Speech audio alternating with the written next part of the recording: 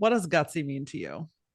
Oh, do you know, it's about like challenging the status quo and doing it anyway, like really making moves. And I think in the context of our conversation today, like really trusting intuition and claiming it as yours, as your like real power. To me, that is gutsy because again, we've been held back for so long. We've been kind of indoctrinated into thinking that it's silly or woo-woo or esoteric or, you know, just on the side, but it's now our time and our opportunity to really claim it, to be gutsy and yeah, get back our inner wisdom. Like that's where our true power is. Welcome to the Gutsy Podcast, the show where you learn how to own what you actually want and shift the mind junk that's been holding you back. I'm LauraAura, keynote speaker, coach, and your guide to help you get clarity, build confidence, and make the gutsy moves that change your life. Each week, I'm going to help you simplify things by teaching you how to get out of your head while stepping into action. This way you can achieve all those life shifts that you've been overthinking. Your desire, that drives you. But gutsy, that's what gets it done.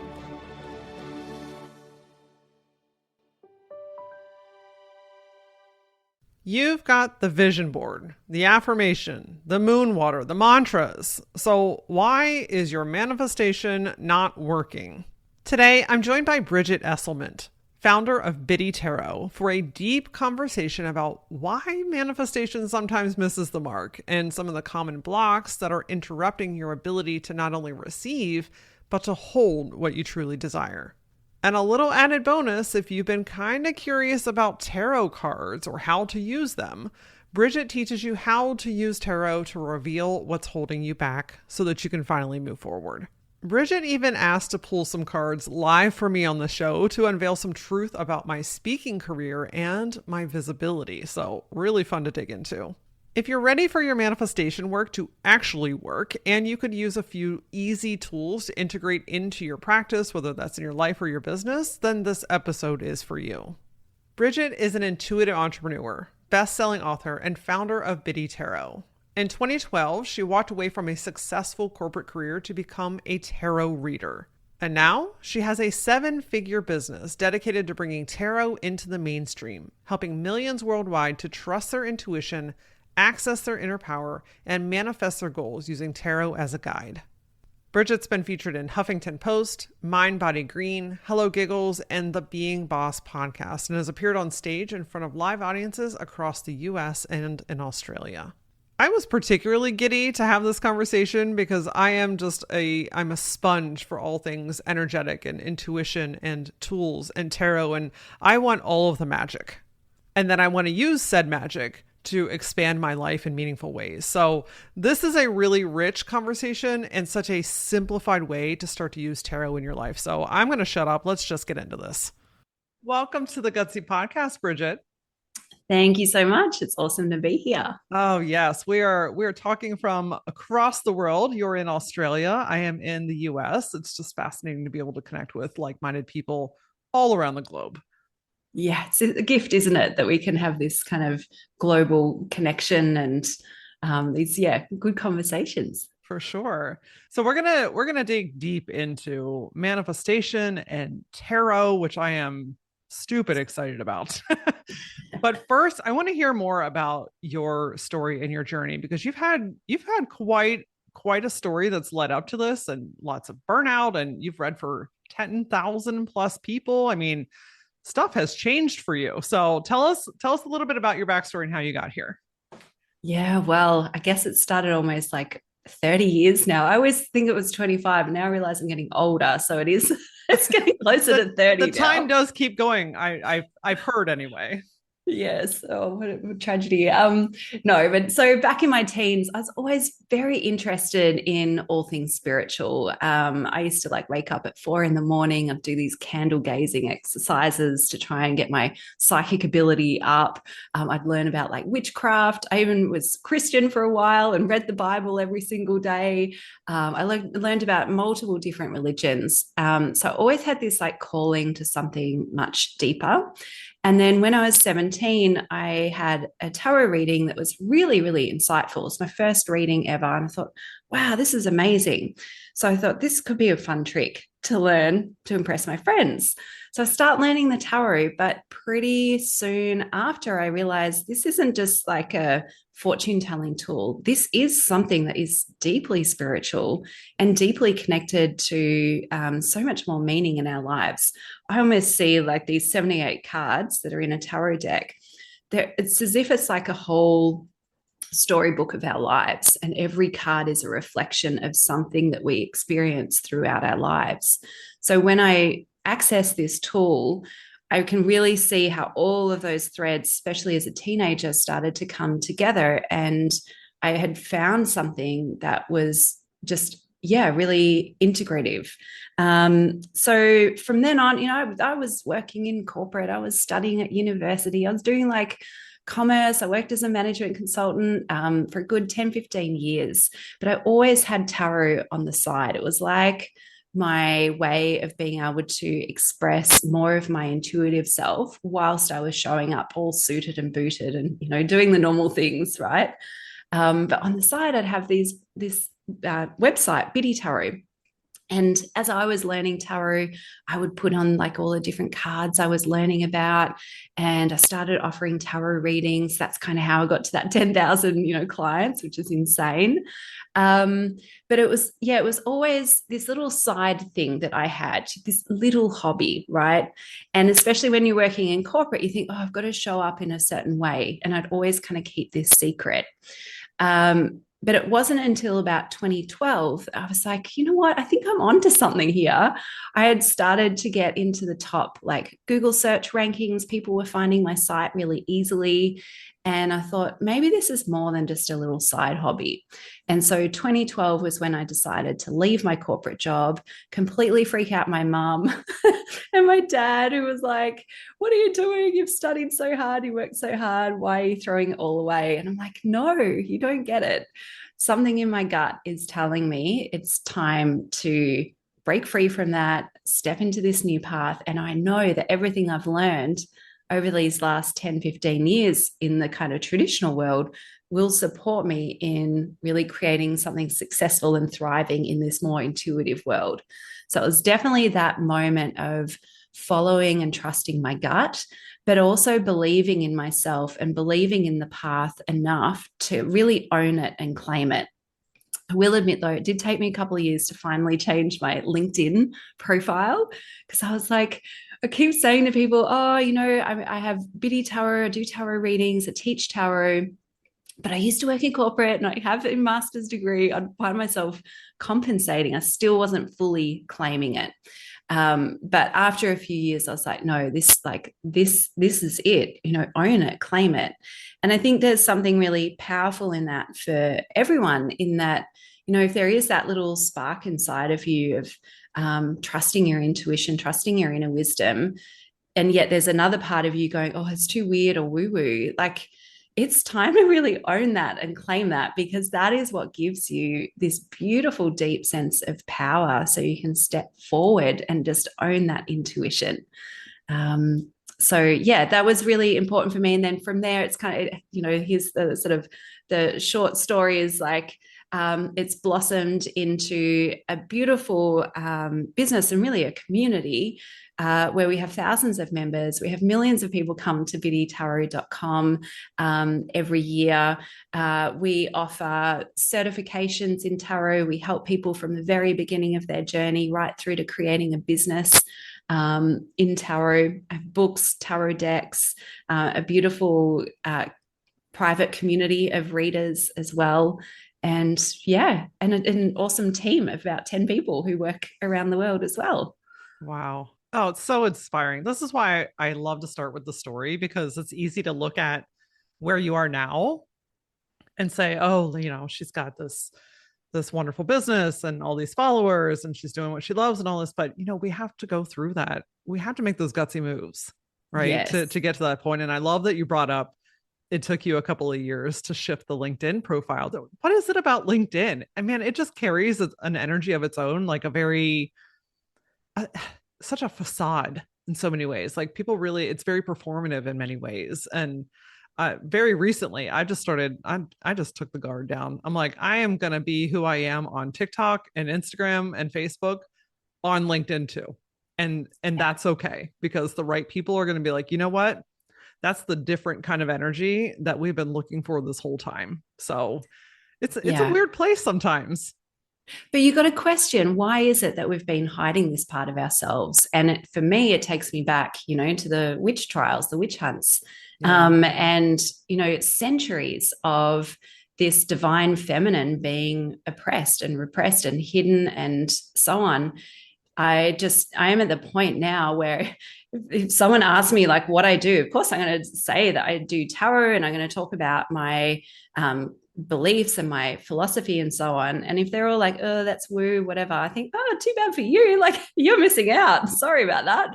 Like, I'm done with hiding, because I just think it is like it's been a ridiculous few hundred years that we have had to hide all of this. That's not the way it's really meant to be. We're meant to be in this place of harmonization between divine feminine and divine masculine. And divine feminine means owning our intuitive selves and really reclaiming that power around our inner wisdom. Yeah. Yeah, absolutely. Speaking of trusting yourself, your inner wisdom, that's something, gosh, anytime I put out content around trusting yourself, guaranteed it's going to be high performing.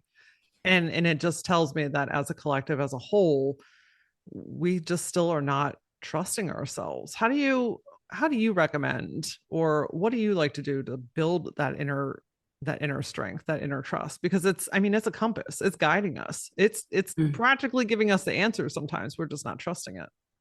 Yeah, it's funny. I just like literally in the last week, I asked this of our community is, when was the last time you really trusted yourself? And we're running like a challenge around how to really activate your intuition. And one of the big recurring themes that I'm seeing in our community, and this is our community, right? These are people who are naturally like tarot readers, intuitives, healers already. But the theme is like, yeah, actually, I'm still struggling to fully trust myself. And when we pull cards around it, it's like, okay, I actually just need to get out of my own way. I'm the blocker. It's not, we often go like, oh, but everyone else is going to think I'm weird. But really, when it gets down to it, it's ourselves. Like we're the blocker to ourselves. So, some practical advice and tips that I share like with our students is even just keep like a journal, an intuitive journal. You just write like maybe on one side all of your intuitive hits or what you feel like your intuition is trying to tell you. And then later you can come back to it and go, oh, okay, yeah, that actually did work out. So you start to build proof and evidence to yourself that your intuition can be trusted, right? And even just thinking back to times in your own life where you did have that kind of gut feel, but maybe you even pushed it away, and then some like it still happened, but you ended up that you're off track because you didn't listen to your intuition, right? And those other times where you do feel something in your gut and you pay attention to it, and then how do things turn out in that way? So it's really about kind of like listening in to what is like it's to me like intuition is like this gentle whisper that is really stirring inside of ourselves. Our ego, or like more of that sort of fear-based talk, is usually quite loud and it's very insistent, and it demands your attention like immediately. Oh, you must pay attention to this. What if this is going to happen? It's kind of like paints all a bad picture. But the intuition is just going, hey, are we on track here? Or maybe things are feeling like not quite on track, or I'm having this funny feeling like it's a little bit off, but I don't know why. So being able to pay attention to those just gentle nudges and gentle whispers that you're having, that is where we start to cultivate more of that intuition. And then if we trust that, we follow it, we document it, if you like to have proof and evidence, for the logical mind to say, yes, that's really there, then do that, because that also helps to, yeah, keep flowing with the intuition. Yeah, I always talk about intuition being like, it's not your intuition if it's loud, if it's angry, if it's pushy, if it's hectic or anxiety ridden. Oh, friend, that is not your intuition. That's your mind playing tricks on you, trying to it's messing with you. But that intuitive piece, I think we often dismiss it unintentionally sometimes because it's so soft. Like we almost want it to be more. We want it to be loud. We want it to be a bang. We want it to like make more sense or be super clear. But it's often just this like passing, like, whew, and then you're like, oh. Yeah. And if you don't pay attention to it, it's sometimes gone just as quickly as it came. Yeah. And like I often set an intention with myself. If I want to receive some kind of message or sign or whatever from my intuition, I say, make it so loud and clear that I cannot ignore it and I cannot like do nothing about it. Because I've had those experiences where I can feel it, it's a little nudge, but my mind's going, oh, that's way too hard. Oh, I don't want to do that. Or like, it kind of has the resistance. But I really say, make it just so obvious I cannot ignore it. And then it's uncanny how the universe can conspire to bring about these different scenarios that's like, okay, yeah, it's in your face, Brigit, like you need to do something about this. Yeah, because even if we also ignore our intuition, it does get louder, I Sure find. does. And unfortunately sometimes that can get to a point where maybe you're having quite significant situations play out. You're falling unwell. Maybe there's accidents. Maybe things get quite explosive and life changing and so on. So I always think like pay attention to it when it's being nice and gentle, because it's just going to escalate if you keep ignoring it, right? Yeah, Yeah. what's meant for you will get your attention, and if it's time to Yeah, do it, it's that nudge becomes a punch in the face very quickly. that's right. Yes. So another piece of this then is manifestation. And I think it's really cool because the work that you do and the work that, people in your community do, and myself included, has become, I think, a little bit more mainstream, right? Especially with TikTok and Reels, and just social content has helped us to have the platforms to really talk openly about this. Mm. Ton of misinformation, of course. I mean, but that happens with any industry. But I think that the topic and the conversation around manifestation has really caught traction in the last couple of years. People also say it doesn't work for me. I'm trying to do the thing. I feel like I'm doing all the things. It's not working. So can you just like maybe break down first, like from your perspective, what is manifestation? And what are we doing that's wrong about it? Yeah, it's interesting because manifestation is all over Instagram, and it gives us a lot of clues about how folks are interpreting it and thinking that what manifesting is. There's so much around like, oh, I just manifested my $8 million company and overnight. Like, oh my God, really? Or, I've just manifested this amazing like vacation or holiday or whatever. And so then we start to think like, oh, maybe I should have that. I want that. But where the difference between more traditional manifesting and more intuitive manifesting is like traditional manifesting, I think I see it more like goal setting and trying to get those really big goals that might be more about what other people want or what other people think are really awesome and cool, but maybe you're not really connected to it. Maybe you don't want the $8 million business, because what comes with that is a whole lot of problems, right? And so, really, you just want to have a small business that can sustain your lifestyle. So, intuitive manifesting is about really connecting in with the goals that are meaningful to you. What are your truest and deepest desires and intentions? And often that comes from a place of being quiet and inwards and focusing on what's important to you rather than what's happening outside of you and what people kind of think is a really positive, big goal. So that's kind of one layer. The other part to like traditional manifesting or goal setting is and I noticed in your language, and this is the general expectation. I'm doing all of the things, but I'm not seeing the results. And with intuitive manifesting, I say like, let's get out of doing. Let's get back into being first, because really it matters on who you are becoming, so that all of the actions that you take are aligned with your future state. So one of the things that I love to do with tarot is, before you even get into a space of taking action, is to tap into, who do I need to be in order to create what I want to create here? So let's say if I did want to have a lifestyle that suited my family, an income that could support the lifestyle, then I might start thinking, who do I need to become for that? And maybe it's, that I need to be really focused, and I need to be able to block out other things, like other distractions. I just need to get on with it and go for it.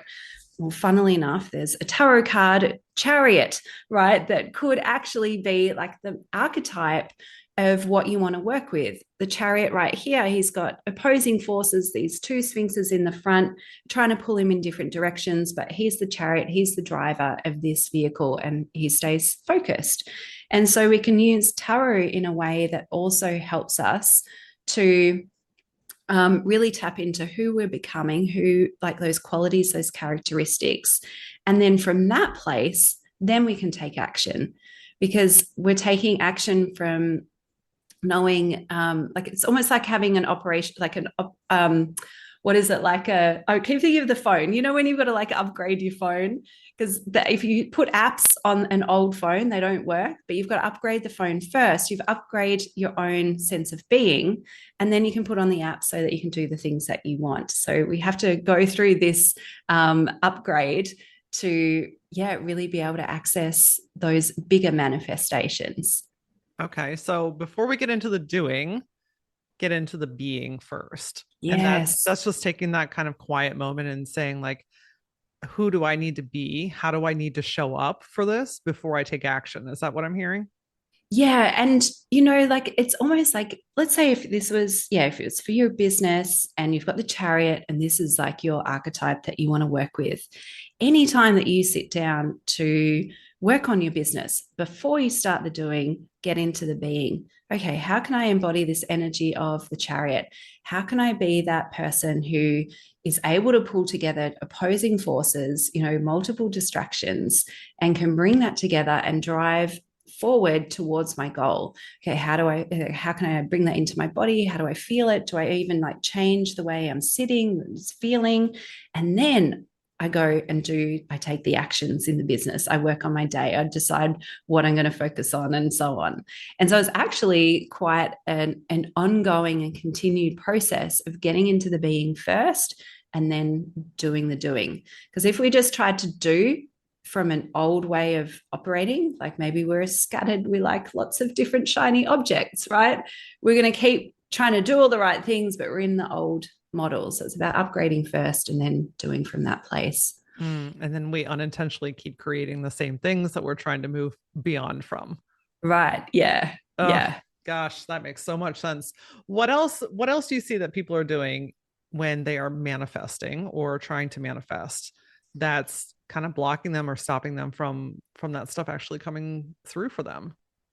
Yeah, I often see it where it's like, oh, I must get this, I must have a new family car by, month, like in 3 months, right? And then it's like 2.5 months. Oh, nothing's happened. Oh my God, it's not working. Or it even gets to 3 months and you're still like, nothing's happened. But in that time, perhaps you've actually been able to find a different car that actually meets your needs. Or maybe you're now saving up so you can buy like an even better car or something like that. So basically, it's when we try and drive like the outcome and we try and control the outcome, but we don't make way for maybe there's something even better here. And also this like divine timing and divine outcomes. So there's a lot of trust that needs to happen as we're manifesting to go, you know what, I'm going to set my intention. I'm going to align my energy with that intention. I'll become that person. I'm going to do what I can to take the right actions. But then becomes this moment of trust and surrender into whatever is happening for you. And in that process is also celebrating the little wins along the way, seeing evidence that you're getting closer to your goal, but being open to being surprised that maybe it'll happen on a different timeline, or it could even be a different outcome, and trusting that everything that's happening for you is happening for a reason. And it's during this time, like the trust and surrender is hard, I'm not so great at it. When you're a bit more like, when you feel like you're a high achiever and so on, you're like, yeah, so I can control everything. You can't. But having tarot cards during that time as well can be like, okay, am I on track? Is this heading in the right direction? Are there any blockages? It just helps to kind of calm and ground and just trust that you are heading in the right direction. Yeah, that trust and surrender, easier said than done. Yes, I'm indeed. I'm also not super great at that part where it's like I'm very clear about what I want. I've set my intentions, I've embodied, who I need to be during that situation.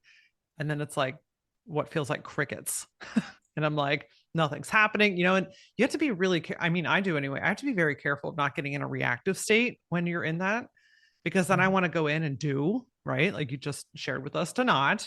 I want to fix, I want to hurry, I want to make something happen. And then I end up messing things up or making a bigger mess. Or sometimes it feels like even kind of pushing it away unintentionally. It's like, oh, when you trust me, I'll be back. But until then, I'm just going to hang out over here in the corner until get your life together.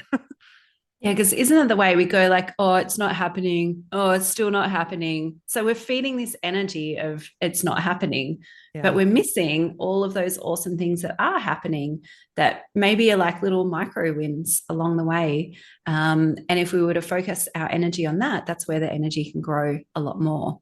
So when you are feeling like that, because I feel like that's so common, do you suggest stopping and looking at the wins, like looking back at what's been working? Like how do you keep yourself from kind of getting into that funk of nothing's working? Yeah, no, it's awfully cliche and like, it's just been done to death, but literally it is about gratitude, like just be grateful for what is actually coming your way, because that is what can give you signs like, okay, yes, maybe my big goal is not yet manifesting, but look at all of these smaller goals that are happening or these smaller wins. And it is a continuous process of that. So it might even be a daily ritual that you have in place, which is envision what you truly desire, align your energy with it, be open to receive any intuitive insight around what's the next best step or action, and then just trust and surrender and allow and notice how everything is conspiring for your benefit, and it's even with the intentions, it's like saying to yourself or setting the intention of, I would like this or better. And I trust that, whatever is the right thing for me will come my way, even if it's not the exact thing that I've asked for. If you are ready to align with what you actually want to receive, then Auraline might be your next best move. Auraline is a 6-month combo space of both group and individual coaching, and it's meant for the woman who wants to get shit done, but she wants to do it in a simplified and sustainable way. In Auraline, you're going to get direct guidance from me, and we're going to blend strategy, energy, and real-time support so that you can actually hold the version of success that you've been calling in. You want to do the thing. You just need some help figuring out how to do that, and maybe a little accountability along the way to keep you going. If you have been hovering at that pivot point, you are bumping right up against your next level of growth or a transition that you have been hungry for. And you have been hungry for someone that gets it to help you navigate this transition, then my friend, Auraline has got your name written all over it. Your next step is simple and takes about 3 minutes. Go to LauraAura.com/mastermind to submit your application to join.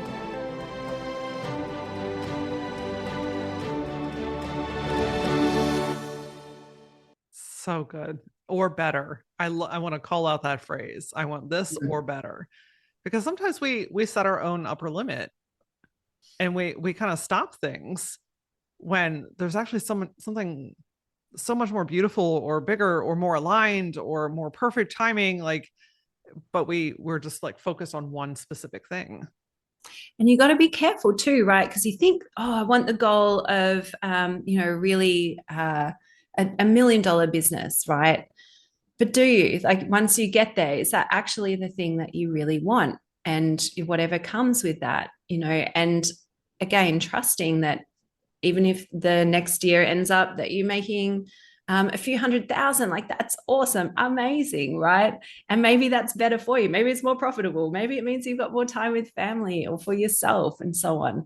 And so being really grateful that whatever you are receiving is aligned for you, and yeah, for your greater good. So you've mentioned tarot a few times, which I know is your jam. For anybody that's listening that might be new to it or, is maybe just looking for a fresh perspective, can you tell us what is tarot? Yeah. So do you know what's really annoying is like if you have learnt about tarot from movies or TV shows or whatever, you probably think it's like this really mysterious, scary deck of cards that makes you drop dead, or, makes bad things happen. It's not. And, it's often portrayed as like a fortune telling tool. And yeah, people use it for fortune telling, whatever. I love using tarot for not like predicting your future, but for creating your future and bringing a level of self awareness and consciousness into the present moment, which is where you can make all of the changes and take action to create your future. So, bringing that awareness into this present and using the cards to reflect, where am I in this present moment? What's stirring within me? What's happening around me? And how can I move forward towards my goals, knowing this as kind of my, terrain? So the cards are very much almost like reflections into ourselves. A lot of people think, oh, I've got to be psychic or intuitive to read tarot, and I'm not psychic enough, so therefore I cannot read cards. I see it the other way around, actually. The more that you work with tarot, the more it really activates your intuition, because it's like it's reflecting back. So, here's a card. I've got the Six of Pentacles here, and it's a man giving some coins to two beggars. And you might be asking, like, I'm stuck on this business idea, right? So, okay, what do I need to do to really move forward my business? And it might be reflecting back to you, is there something where there's a give and take? What can you give before you ask? This is like basic content marketing, right? How can you give before you promote whatever you've got coming up? And maybe that starts to give you some ideas in your business about how you can bring more success. So it's using the cards to reflect back, allow us to pause a little bit and check in with our intuition, and then take aligned action from that place in a very practical and everyday way. Okay. So we're using tarot here as a tool to learn about ourselves, to get clarity around goals, to know what to do next, right? Like, is that what you're using tarot for, or what do you suggest? Yeah, absolutely. I love using cards again to ask more about the present than the future. So if you're with a traditional fortune teller, it might be like, okay, what's happening in my relationship? And then let's say you get this guy, it's the hermit, he's all alone, he's all by himself, and the tarot reader says to you, oh, you're just going to be alone. Right? Not very empowering, right? You walk Not at away, all. that's sad. So I like to be a bit more like, okay, what's happening in my relationship? The hermit, well, maybe this is a good time to actually have a little bit of alone time to work out what's important to you, to be guided by your own light, and then to be able to come back into this relationship with more wisdom and more understanding. So it's using tarot in a way that is way more empowering, that actually supports you in this current, life and kind of everyday world. So that you can then take action to create the outcomes that you most desire. Okay. Do you use tarot then as a tool alongside your manifestation? Like, do you use tarot to help with the manifestation? Oh, 100%, all along the way. So even as you're getting connected with your true desires, our mind can tell us, these are my desires. But then what tarot does, it goes, all right, that's cool. What's actually happening beneath the surface? What's happening in our intuitive realm, in our subconscious realm?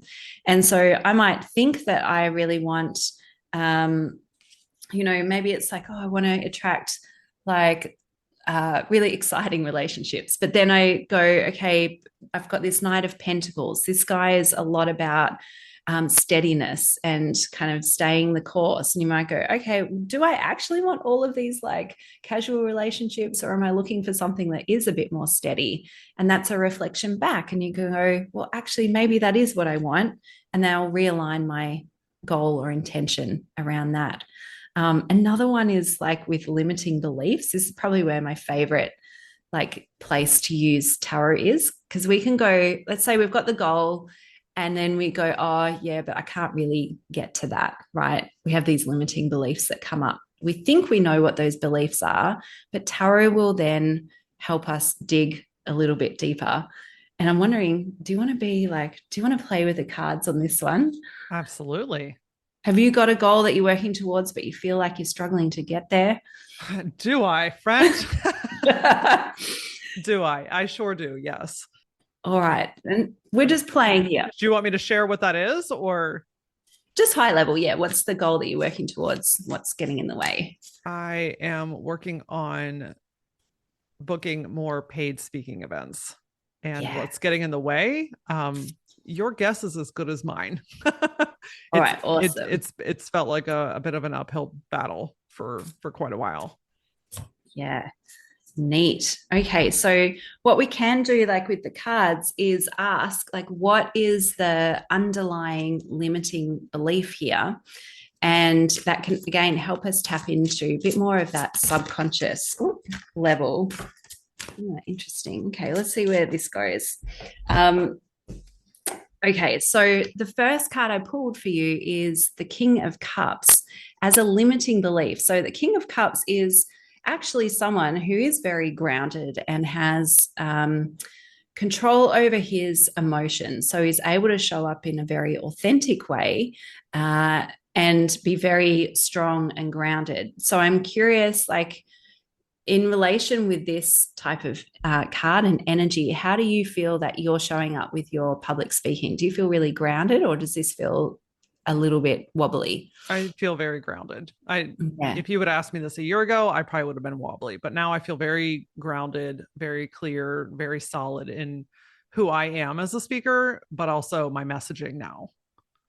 Yes, awesome. I almost feel like this is almost like a counter to a limiting belief. So it's a reinforcement that the more that you tap into this energy, and this is actually going a bit more back to that being state, the more that you can connect in with this energy of the King of Cups and stay in that grounded state, the more like it's, oh yeah, I do feel that strength of aura around you, right? And to really be able to claim your place. And maybe there's more about claiming it. The king is very much like the authority in a particular space. How can you really step more into that space of authority? Again, by grounding down your emotions and staying really authentic and true and vulnerable. Actually, it's a bit like, the vulnerability piece is interesting because on Instagram, I don't know, I come across all those ones where people are crying. I'm like, really? You set up your tripod and your camera and then you started crying and then you posted that? That doesn't make sense to me. I would rather come on and be like vulnerable, but have already processed whatever my story is. And to me, that's the King of Cups. He is someone that has been through it, but is able to now share from a very grounded place. And so really stepping into that, I think, could be exciting. The other card I had was the Wheel of Fortune. And sometimes this is like about cycles, that everything is cyclical and there's seasons. And sometimes you might be in an up season, sometimes in a down season. And sometimes with this can come that like feeling of not really being in control. It's like, I'm doing all the right things, but maybe it's not going how I want it. And I don't feel like I can control it.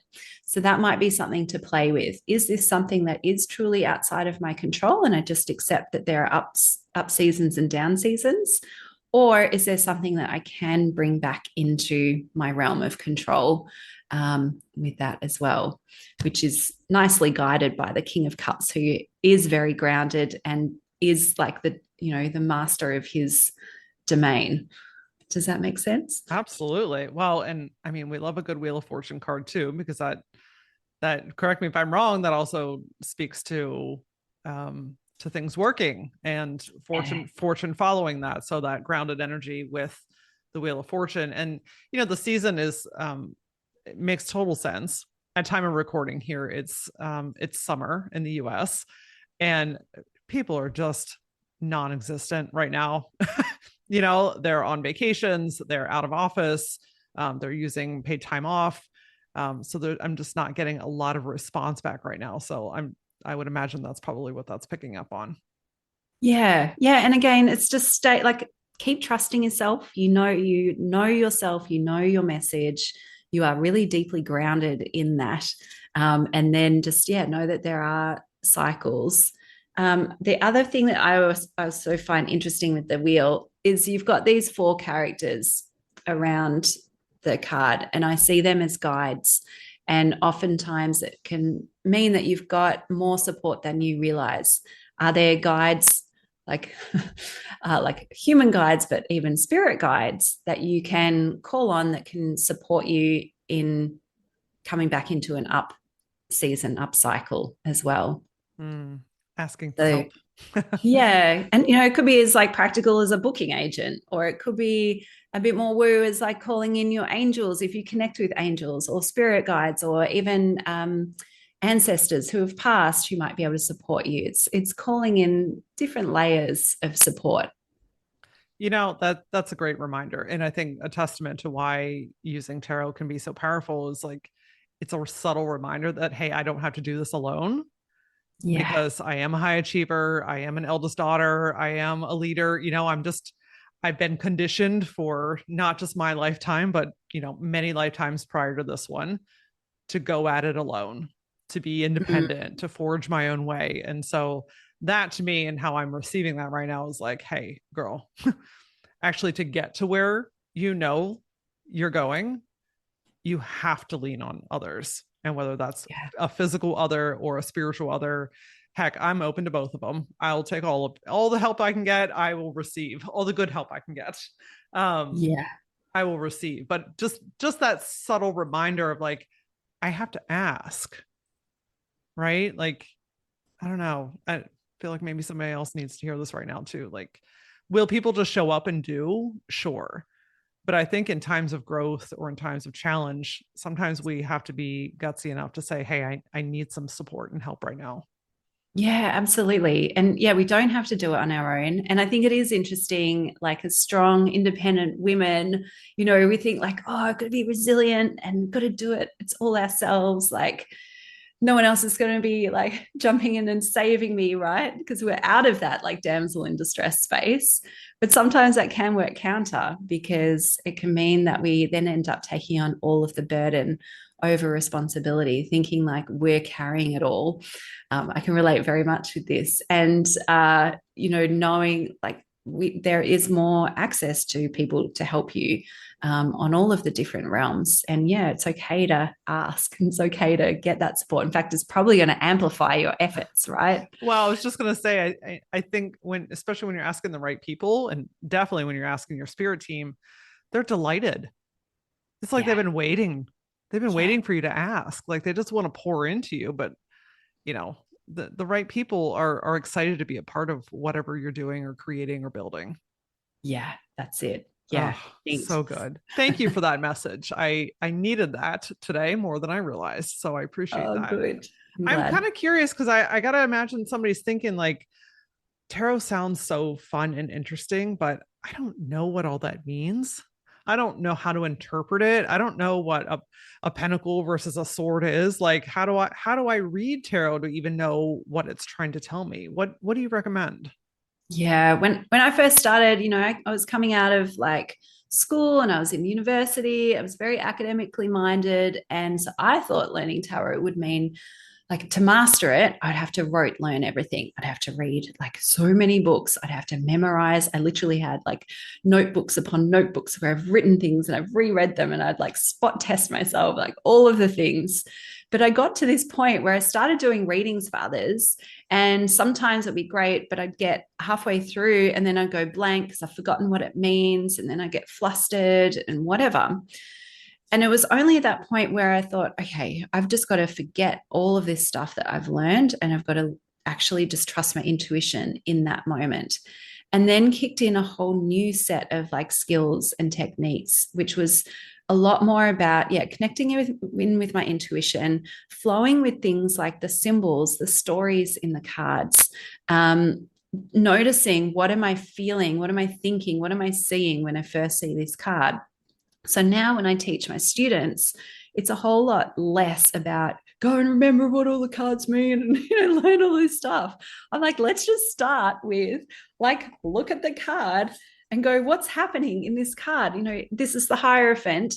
And this is all like, this is the Biddy Tarot deck, which is based on a Rider-Waite deck. And I love this, the Rider-Waite derivatives, the decks that are based on this one, because they're usually a lot more symbolic. They're practical. You can see what's going on. You can make sense of it. So in this card, we've got this like a priest, and he's got two students.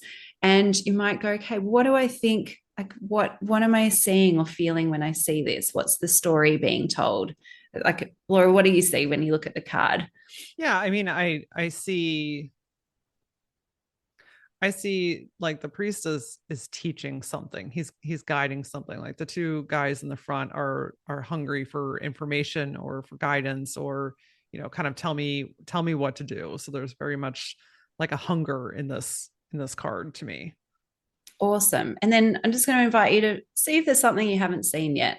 The keys pop Okay. out to me down in the bottom. So it's like when I think of keys, I think of, the next right opportunity, the key that opens the door. Where are we going with this? So I might think, with this information that I'm gathering, if I stay open to it, I might gain the keys to the door that open up to what I'm looking for.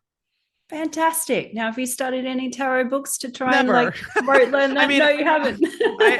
I have one deck, but I do not know what all of them mean, or how to interpret all of them. But from a technical standpoint. But to your point, with something like that, that was just very off the cuff. That was very guided by what I was seeing and feeling in that moment. And you know what often happens is like there's part of your mind that goes, oh my gosh, am I doing it right? And oh, some people, bless them, go like, oh, I'm reading for Brigit, like they keep deferring to me. What do you mean? Like, think it means you're the expert. I'm like, no, you're the expert actually.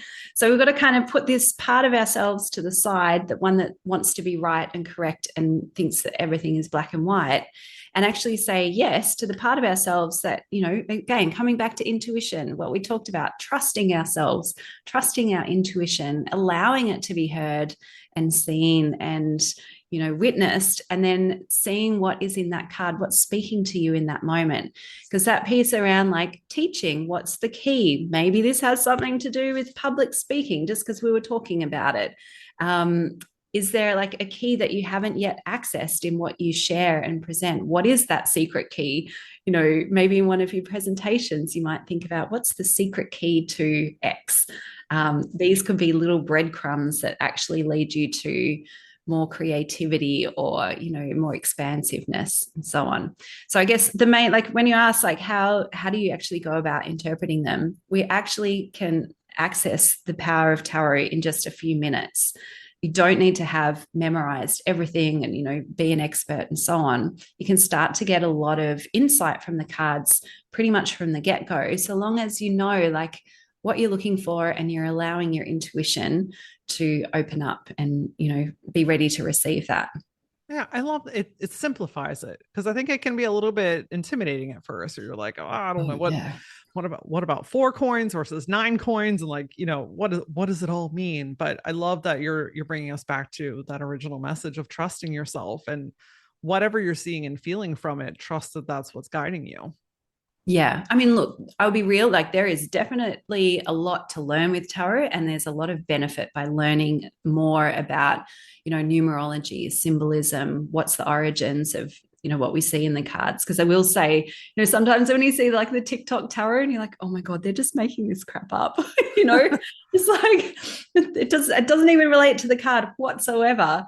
I reckon it doesn't even relate to an intuitive interpretation. It's just probably more for clicks and likes and, clickbait and so on. But there is definitely a benefit to boosting your knowledge, but you can start by just trusting what you're seeing in the cards because there is a lot of wisdom in that. Yeah, and it's a practice like anything else. Anything else that you've learned and have mastered, you were once new at. So, Yeah. if you take that approach with this and do it for yourself, you don't have to get on TikTok and read cards. You don't have to throw parties and have all your friends come over unless you want to. You can just use it as your own tool along Yeah. your own way. Like one of the things I find is just the easiest, but, really insightful things to do is just every day, start your day. 5 minutes is all it takes. Tune into your intuition, ground yourself, connect, pull a card, and then just look at it and go, okay, what's the message in this for me? It's not like what's going to happen to me today. It's more, what do I need to pay attention to? Okay, well, let's play because I just randomly pulled the death card. It's all right. You hopefully won't die today. But you might go, okay, well, what can I clear from my life today? What needs clearing? What is that metaphorical death so that I can make space and make way for the new? What am I releasing? What is kind of dying? And just bringing our focus and energy and attention into that. I always see like tarot as an opportunity to be curious, to like listen in and to see things from a different perspective and go, like I haven't thought about what am I releasing today? And maybe that brings a different layer of meaning and significance into your day. So just that daily card can be really powerful. Yeah. I'm kind of glad you pulled the death card because I think sometimes there's some fear around tarot and like the death card or the infamous tower card, right? When like shit's hitting the fan. And I think sometimes people steer away from it because it's like, if I don't know, then I don't know. You know what I mean? What are your thoughts on some of the cards that might appear harder or, more challenging? Yeah, there are definitely scary looking cards in the deck. And I almost think like if you're not willing to look at both the light and shade in life, then maybe tarot is not for you. Go with the oracle cards. Oracle cards, lovely, dolphins, rainbows, everything's amazing. What I love about tarot is that it shows us full spectrum of life and it shows us the highs and the lows. But here's the thing, like even the low times in our lives often lead to a high point, or they lead to a really deep lesson, or they lead to a new opportunity or an invitation. And so when I see like a card like the Tower, for those of you who don't know, is like it's a tower, but there's this lightning bolt, it's hitting it. People are jumping out of the windows. It's pretty dramatic. There's flames. It's not looking great. But what's awesome about this card is that actually it's a sign that even if we're feeling a bit of destruction and chaos and things are like burning down, it's making way for the new. It's challenging our perspectives. And what comes after the Tower in the tarot is the Star card. The Star is about trusting yourself. It's about full authenticity. She's naked under the starry sky. So she's actually reclaimed who she is. She's stripped back all those layers that were in the tower that were constraining her. And now she really has a sense of self. So oftentimes these kind of scary cards actually lead to, brighter outcomes. They're hard at the time that you're experiencing them, but they open the way to something much bigger. And so if we're doing a reading and these more challenging cards come up, again, it's about being curious. What can I learn from this experience? What is opening up for me as a result of this? What have I maybe been avoiding that I can now bring some conscious awareness to so that I can, again, reclaim my power and take action from that place? If we just keep trying to like bury our heads in the sand and hope that everything's like going to always be amazing, then yeah, I don't know, tarot is not really for that. Tarot is for just being real and honest and gutsy, and like authentic. And authentic, and it can guide you in so many ways. Gosh, Brigit, I feel like I could ask you 8,000 more questions, but for the sake of time, where is the best place that people can connect with you, learn more about your decks and your services? Where can we find you? Yeah, come on over to biddytarot.com and you can see there'll be a little button called free training. You can jump into there. We've got a lot of different free resources. If you want to get started with like a friendly tarot deck, like the Biddy Tarot deck we created in a way that is like, it's modern, it's aesthetic, like it's beautiful. It's a really nice way to get started with tarot. So you'll find that in our shop. So biddytarot.com/shop. And we've just recently opened up a new app with our free Biddy Tarot community. And that's where we post fun insights about tarot. We have spreads, there's a community connection point. And so, yeah, you'll find that over at biddytarot.com as well. Fantastic. We will link all of that greatness in the show notes. I got to know, my friend, what does gutsy mean to you?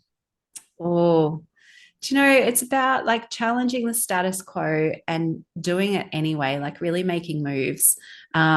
And I think in the context of our conversation today, like really trusting intuition and claiming it as yours, as your like real power, to me, that is gutsy because again, we've been held back for so long. We've been kind of indoctrinated into thinking that it's silly or woo-woo or esoteric or, you know, just on the side, but it's now our time and our opportunity to really claim it, to be gutsy and yeah, get back our inner wisdom. Like that's where our true power is.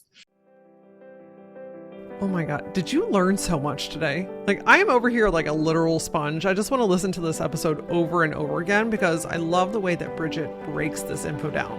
It really all does boil down to trusting yourself. I mean, when you lean into that and you use that as a tool, friend, things just start to crack open that you couldn't jackhammer open. Make sure that you connect with Brigit online. She puts up all kinds of free tarot card reading like examples that help you to really grow your knowledge in tarot. So if that's your thing or you are curious about that, click on her links below in the show notes. And while you're over there, if you and I are not already connected, then we should probably rectify the situation. You can find me. My handle is @thatLauraAura. And as always, until I see you next time, stay gutsy.